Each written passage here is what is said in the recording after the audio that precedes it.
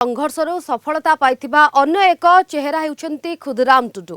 बांकुड़ार रानीबांध संरक्षित आसनरू जीतिथिबा खुदराम टुडू जड़े पूर्वतन स्कूल शिक्षक आदिवासी अध्युषित जंगल महल अंचल में लोकंकर शिक्षा अधिकार ग्रामीण विकास पाई से दीर्घ दिन धरी ग्राउंड स्तर में काम कर आसुछंती।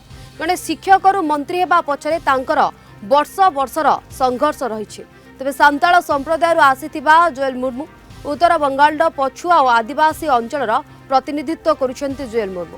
प्रथम थर पर विधायक हेबा सीधा मंत्री पद पाइथिबा जोएल जंगल और ग्रामीण अंचल में रहुथिबा आदिवासी जमी समस्या सामाजिक अधिकार पाई लड़ई जारी रखिबे कहिसंती।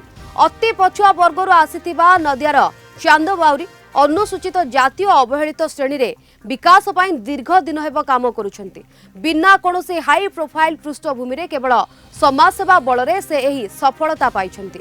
शुभेन्दु अधिकारींकर एही नुआ टीम प्रमाण करुछि जे राजनीति एबे केवल प्रभावशाली व्यक्तिंक हाथ में सीमित नाही। तेबे बासन माजुथिबा महिलांक ठारू आरंभ करी क्रिकेटर एवं शिक्षक पर्यंत समस्तंको नै गढ़ा जाइथिबा ई मिश्रित टीम प्रशासन ने एक नुआ चिंताधारा आनिबो बोली आशा करा जाउछि।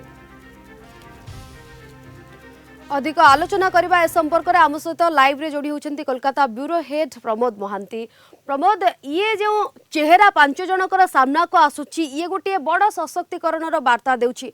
आपण शिक्षक पदरु मंत्री पद पाइथिबा कथा व्यक्ति कथा कहतु, क्रिकेट मंत्री पद पाइथिबा व्यक्ति कथा कहतु बा सहायकार मंत्री पद पाइथिबा कलिका कथा कहतु, समस्ते गोटे बड़ उदाहरण वर्तमान पश्चिमबंग राजनीति। प्रमोद,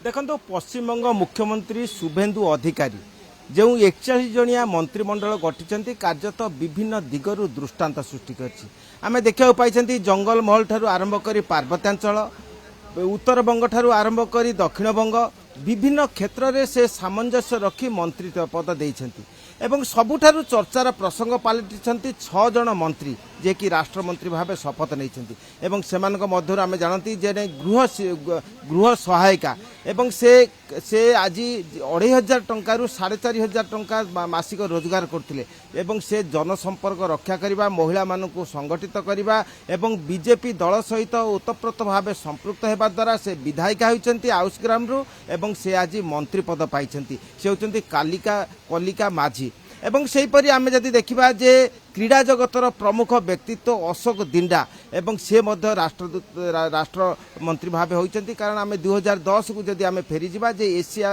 कप रे से बीजेपी विजयी सदस्य थिले एवं क्रिकेट खेल को से मान निशा करथिले जे परवर्ती पर्याय रे जनसेवा को गुरुत्व देइथिले, साधारण लोकंक सहित संपर्क रखिथिले एवं बीजेपी तांकु आज विधायक भाव निर्वाचित करछि एवं मंत्री पद मध्य देइछि। एवं आमे जे जिबा हावड़ार उमेश राय आमे जानती जे साधारण जने कर्मी थिले एवं से साधारण लोकंक सहित हकर मानक सहित साधारण निपीड़ित जनतांक अधिकार साब्यस्त